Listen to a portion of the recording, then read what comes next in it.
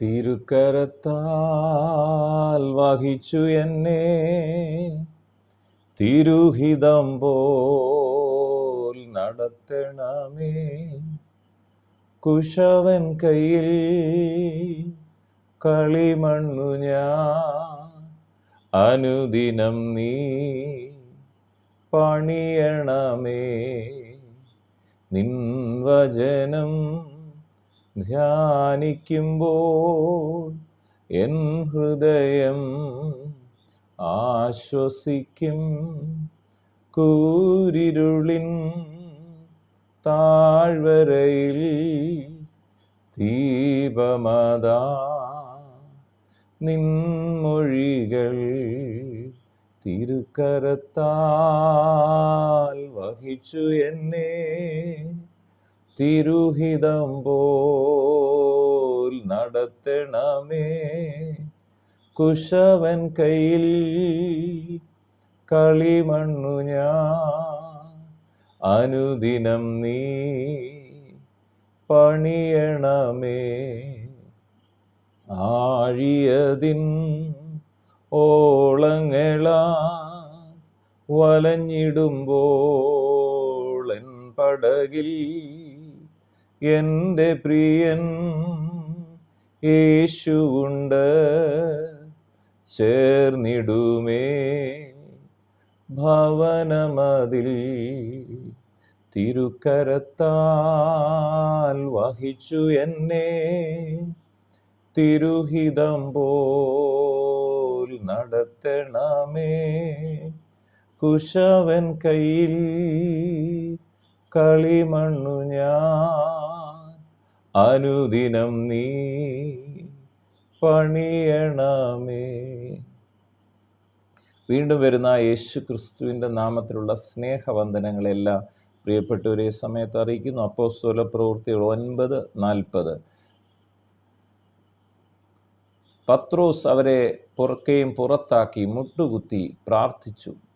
ശവത്തിൻ്റെ നേരെ തിരിഞ്ഞു, തബീഥേ എഴുന്നേൽക്ക എന്ന് പറഞ്ഞു. അവൾ കണ്ണു തുറന്നു, പത്രോസിനെ കണ്ട് എഴുന്നേറ്റ് ഇരുന്നു.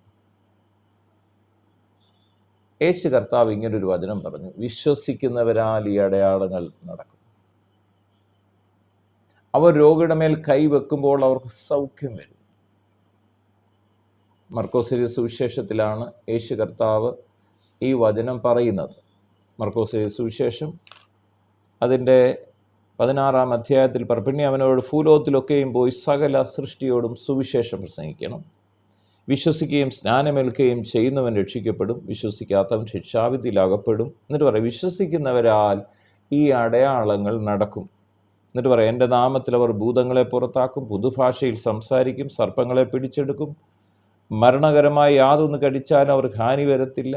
എന്നിട്ട് പറയണം, രോഗിയുടെ മേൽ കൈവച്ചാൽ അവർക്ക് സൗഖ്യം വരും. യേശു കർത്താവ് പറഞ്ഞ വാക്കുകളാണ്. യേശു കർത്താവ് മരണത്തെ ജയിച്ച് ഉയർത്തെഴുന്നേറ്റ് പിതാവിൻ്റെ വലത്ത് ഭാഗത്ത് പോകുമ്പോൾ പരിശുദ്ധാത്മാവിന് വേണ്ടി കാത്തിരിക്കാൻ ശിഷ്യന്മാരോട് പറയുന്നു. എന്നിട്ട് കർത്താവ് പറയുന്നുണ്ട്, പരിശുദ്ധാത്മാവ് നിങ്ങളുടെ മേൽ വരുമ്പോൾ ഭൂമിയുടെ അറ്റത്തോളം നിങ്ങൾ എൻ്റെ സാക്ഷികളാകും. അങ്ങനെ പരിശുദ്ധാത്മാവ് നിറഞ്ഞ് പുറപ്പെട്ട അപ്പോസ്തലന്മാർ ചെന്നിടത്തെല്ലാം അത്ഭുതങ്ങൾ നടക്കാൻ തുടങ്ങി. ചെറിയ ചെറിയ അത്ഭുതങ്ങൾ മാത്രമല്ല, വലിയ തരത്തിൽ മരിച്ചവരെ പോലും ഉയർപ്പിക്കുന്ന തരത്തിലുള്ള അത്ഭുതങ്ങൾ യേശു കർത്താവിൻ്റെ ശിഷ്യന്മാർ ചെയ്യുകയുണ്ടായി. ഇന്നും തന്നിൽ വിശ്വസിക്കുന്നവരാൽ ഈ അടയാളങ്ങൾ ഇന്നും നടക്കും. യേശുവിൽ വിശ്വസിക്കുന്നവരാൽ അടയാളങ്ങളും അത്ഭുതങ്ങളും നടക്കും. അതിന് യാതൊരു സംശയമില്ല. ഇവിടെ പറയണ തബീഥ, എന്നാ കാര്യം? കർത്താവിൻ്റെ വാക്കുകൾ മാറുന്നില്ല. ആകാശം മാറിപ്പോയാലും ഭൂമി മാറിയാലും യേശു പറഞ്ഞ വാക്കിൻ്റെ വള്ളിക്കോ പുള്ളിക്കോ വ്യത്യാസം വരത്തില്ല. ഇവിടെ പറയാണ്, യോപ്പയിൽ പേടമാൻ എന്ന പേരുള്ള തബീഥ എന്ന് പേരുള്ള ഒരു ശിഷ്യ ഉണ്ടായിരുന്നു യേശുവിൻ്റെ. അവൾ വളരെ സൽപ്രവൃത്തികളും ധർമ്മങ്ങളും ചെയ്ത് പോന്നവളായിരുന്നു. ആ കാലത്ത് അവൾ ദീനം പിടിച്ച് മരിച്ചു. അവരവളെ കുളിപ്പിച്ചിട്ട് മാലയ മുറിയിൽ കിടത്തി.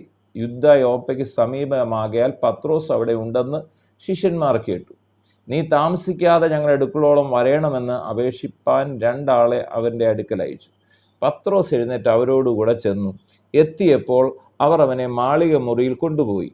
അവിടെ വിധവമാർ എല്ലാവരും കരഞ്ഞുകൊണ്ടും തബീഥ തന്നോട് കൂടെ ഉള്ളപ്പോൾ ഉണ്ടാക്കിയ കുപ്പായങ്ങളും ഉടുപ്പുകളും കാണിച്ചുകൊണ്ടും അവരെ ചുറ്റും നിന്നു. പത്രോസ് അവരെ ഒക്കെയും പുറത്താക്കി മുട്ടുകുത്തി പ്രാർത്ഥിച്ചു.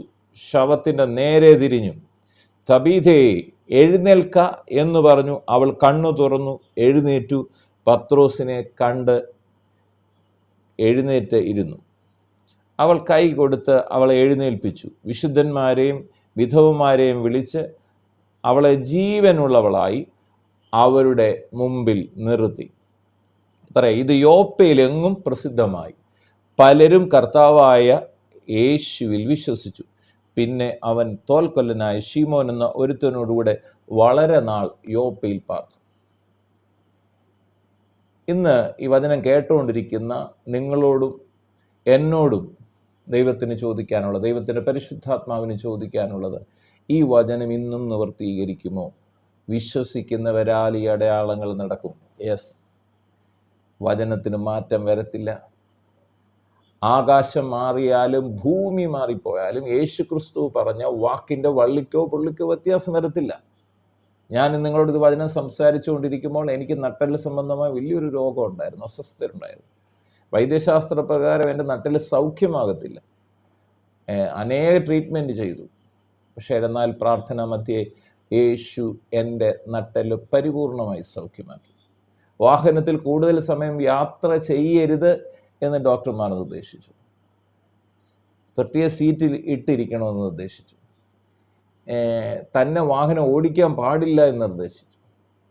എന്നാൽ യേശു എന്നെ സൗഖ്യമാക്കിയപ്പോൾ ഏത് വാഹനം എത്ര ദൂരം വേണേലും ഓടിക്കത്തക്കണം എൻ്റെ നട്ടെല്ലിന് കർത്താവ് ബലം തന്നു. അങ്ങനെ പല വിഷയത്തിൽ നിന്നും യേശു ക്രിസ്തു എന്നെ സൗഖ്യമാക്കി. ഡെങ്കി ഫീവർ വന്നപ്പോൾ, ടൈഫോയിഡ് വന്നു, ജീവിതത്തിൽ പല സാഹചര്യങ്ങളുടെ കടന്നുപോയി ശുശ്രൂഷയുടെ മധ്യേ.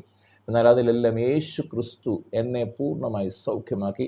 അതുകൊണ്ട് ഇന്ന് ഈ വചനം കേട്ടുകൊണ്ടിരിക്കുന്ന നിങ്ങളോടും എനിക്ക് പറയാനുള്ളത്, നിങ്ങൾ യേശുവിൽ വിശ്വസിച്ചാൽ നിങ്ങളുടെ ജീവിതത്തിൽ, നിങ്ങളുടെ വാക്കിൽ, നിങ്ങളുടെ കരം വെക്കുമ്പോൾ രോഗികൾ സൗഖ്യമാകും. കർത്താവ് പറഞ്ഞു, വിശ്വസിക്കുന്നവരാൽ ഈ അടയാളങ്ങൾ നടക്കും. അവർ രോഗിയുടെ മേൽ കൈവച്ചാൽ അവർക്ക് സൗഖ്യം വരും. നിങ്ങളിന്ന് രോഗത്തോടെ കേൾക്കുന്നെങ്കിൽ നിങ്ങളുടെ കൈ ആ രോഗമുള്ള ഭാഗത്ത് നിങ്ങളുടെ ശരീരത്തിൽ വെച്ചാൽ യേശു ക്രിസ്തുവിന് നിങ്ങളെ സൗഖ്യമാക്കാൻ കഴിയും.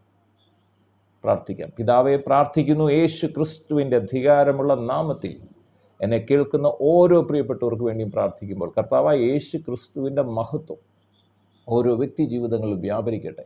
എന്നെ കേൾക്കുന്ന രോഗികൾ അവരുടെ ശരീരത്തിന്മേൽ ഇപ്പോൾ കരം വെക്കുമ്പോൾ തന്നെ യേശു ക്രിസ്തുവിൻ്റെ അടിപ്പിണരുകളാൽ അവർ സൗഖ്യം പ്രാപിക്കട്ടെ. ഹൃദയഭാരങ്ങൾ മാറിപ്പോകട്ടെ, ആകുല ചിന്തകൾ മാറട്ടെ, ഭയങ്ങൾ മാറിപ്പോകട്ടെ.